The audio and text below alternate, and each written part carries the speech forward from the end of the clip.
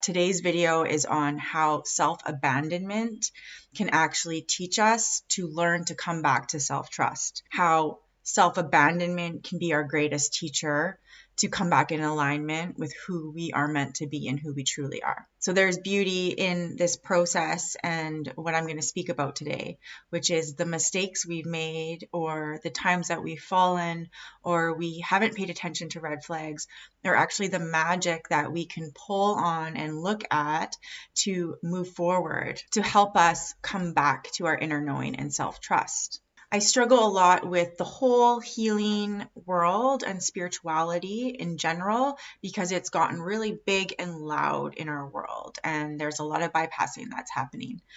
I want to make this very clear what healing really is and how that works on a whole with mind, body, and spirit. There's going to be 3 or 4 parts in this video, and they all come together as a whole that are going to be steps that you can take forward with you. I'm honestly making videos now about things that I would have wanted to know that were so important. And it's what I'm going to be talking about a lot going forward because you're going to see me on here a little bit more. I needed to take a break from the whole YouTube thing, but I'm really excited to be back. For those of you that don't know me, my name is Tess Mcmechan, and I am a somatic and developmental trauma practitioner.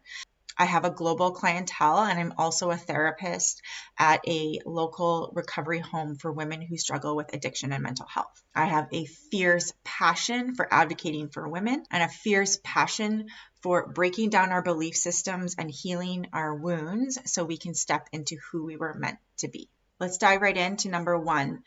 So through the pain of ignoring red flags, our instincts, our intuition, our gut feelings, our heart, we can eventually awaken. The limitations that we've experienced where we've gone against what we already knew and went this way and going, ow, that hurt, ow, that hurts, ow, that hurts. Keep repeating these cycles, meeting different flavors of people that surround us and still making the same kind of decisions where, you get manipulated, hurt, betrayed, repeating toxic situations that you've had most of your life, the same kind of themes in different flavors. Now, there's a reason why we repeat cycles. There's 2 reasons why. One is if we are not connected to our instincts, our intuition, our gut feelings, our heart, and our navigation system, and we aren't fully online with that, trusting that, then we're going to make decisions from our head, what we think is logical decisions. So if something might look like it's the right way, your mind cannot navigate what is right and wrong in that way. It's used as a tool, but a lot of times it will trick you and lie to you and it will steer you wrong. So if you are making decisions fully just through your mind, then you can come up against these decisions that you go, oh, I shouldn't have done that. I knew better.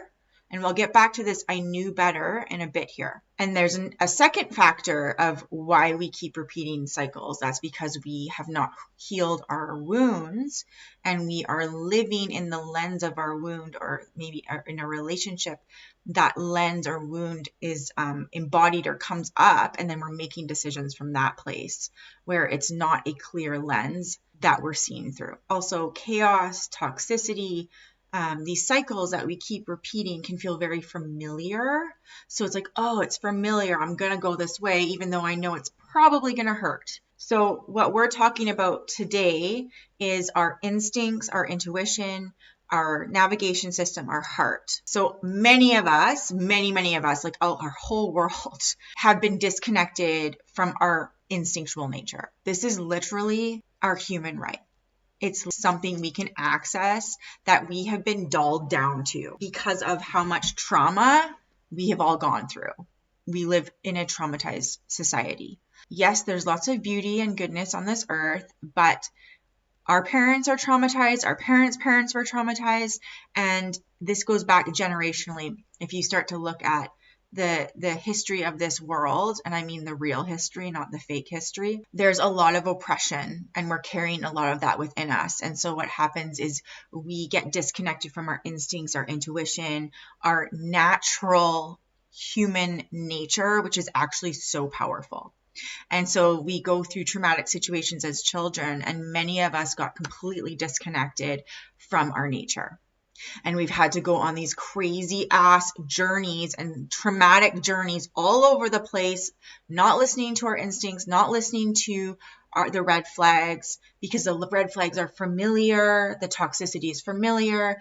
And then finally, in midlife, usually, or later, we wake up and go, okay, these red flags and all the times I fell are actually incredibly valuable. These red flags that I missed, that I can see now in retrospect, right? Say you're in a relationship, the relationship ended, and you go, well, did I see all the red flags in the beginning? I ask every single one of my clients this question. Well, did you see the red flags? Yeah, I did. Okay, so your intuition is not the problem. Your instincts are not the problem. The problem is that they were never taught how to listen. That's exciting. When I learned that, I was like, oh my God, this is so exciting. I don't have to go try to find my intuition somewhere. I don't have to dig up my instincts. They're already here. This is my whole navigation system. I just have to come into the heart, get out of my own way, and realize that these inner nudges and the caution towards red flags have always been there. I was always right. I just didn't listen. And I guarantee you were always right. You just didn't listen. So this brings us into number 2, which is getting in touch with your intuition and your instincts and your gut feelings and your heart. And this is all done through this beautiful vessel, the body, which I will get into in number 3. First of all, we're going to talk about intuition and instincts. So how you get in touch with this and start to feel a sense of inner power within this, because a lot of us have been disconnected from our inner trust. It's really important to do the healing work to understand what wounds we are living in. Right? So for me, for example, I used to live in the wound of not being good enough. And so I would shrink myself and make myself small. So when we're small, we're going to miss out on opportunities. We're going to make different choices than if we were fully in our power. Now, coming from a place of smallness to empowerment is a journey, but you got to start somewhere. And many of you are already on this journey. So a wound that says, I'm not good enough, is going to block you from trusting yourself, because that's the piece that's missing. This self-trust was never maybe developed because of childhood trauma. That was my case for a long time. I had no sense of self. And so do you think I had any inner trust? No, I was following everybody else outside of me. Tell me what to do. I don't know what to do. Oh, I was a follower instead of a leader. Now I'm a leader, but it took a really long time. And I do not mean that in an arrogant, egotistical way. I mean that in the way of purpose. If you want to step into your full potential and purpose, you are going to have to be a leader, the leader of yourself. You have to lead yourself and quiet the words and voices of others that are going to want to make you small or keep you small. So first and foremost, we want to deal with our inner wounds so we can start to come online to our intuition and listen to our intuition and our instincts. And that takes us into number 3, which is the body. So the best way to start to connect fully and listen to our instincts is to look at all the places where we ignored them. This will give you a sense of empowerment, because you'll say, oh my God, I did know then. Oh my God, I saw that in the beginning of the relationship, but I didn't listen. This will actually help you. So if you can go through different instances in relationships and look at these parts, this is going to give you some confidence to go, okay, now I just have to learn to listen. And so how you learn to listen is through the body. Your body is so intelligent. And I'm actually going to do a video on this, a somatic video. It'll be like a 5 to 10 minute video that goes through the steps of how to listen to our intuition and our instincts and how to make decisions from that place. This will help you to learn how to navigate and understand the language of energy. This 3D physical world, if we are trying to make decisions based on the mind and logically and through this 3D world, and we are not listening energetically through the body and through our instincts, we are going to be missing a whole other level of communication that is happening. So life is always communicating with us. Our environment is always communicating with us. People are always communicating with us, even if they don't realize that they are.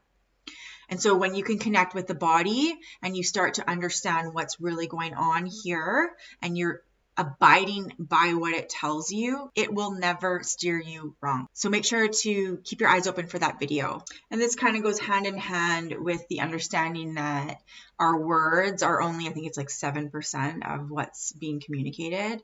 And there's this whole other realm, right? Body language, tone. Well, there's energetics as well. And your body will be able to read what's actually happening rather than the mask that is in front of you. And I think that's so important in these times, because there is this whole world and mask that has been portrayed, and everything is breaking down and the false is being revealed. And so our instincts and intuition are so important to start to reconnect within this time. And this isn't just a maybe.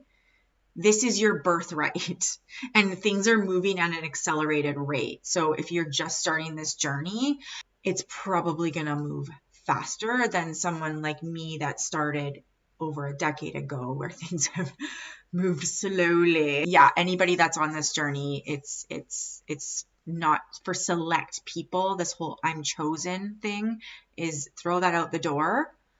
This is a big thing in spirituality of people saying the chosen ones because they're gifted. No, all humans have the capabilities to tap into these gifts. If we were all at our full potential, they wouldn't even be gifts. They'd just be like our natural state. So you are worthy of this just as much as anybody else.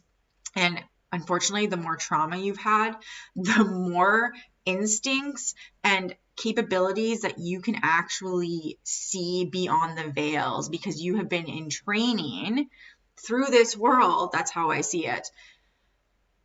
And you are hyper aware of what's going on around you. And so when you are already hyper aware of everything, and then you bring your instincts and your self-trust online, like, you are a force not to be reckoned with, let me tell you. Thanks for watching. It's good to be back.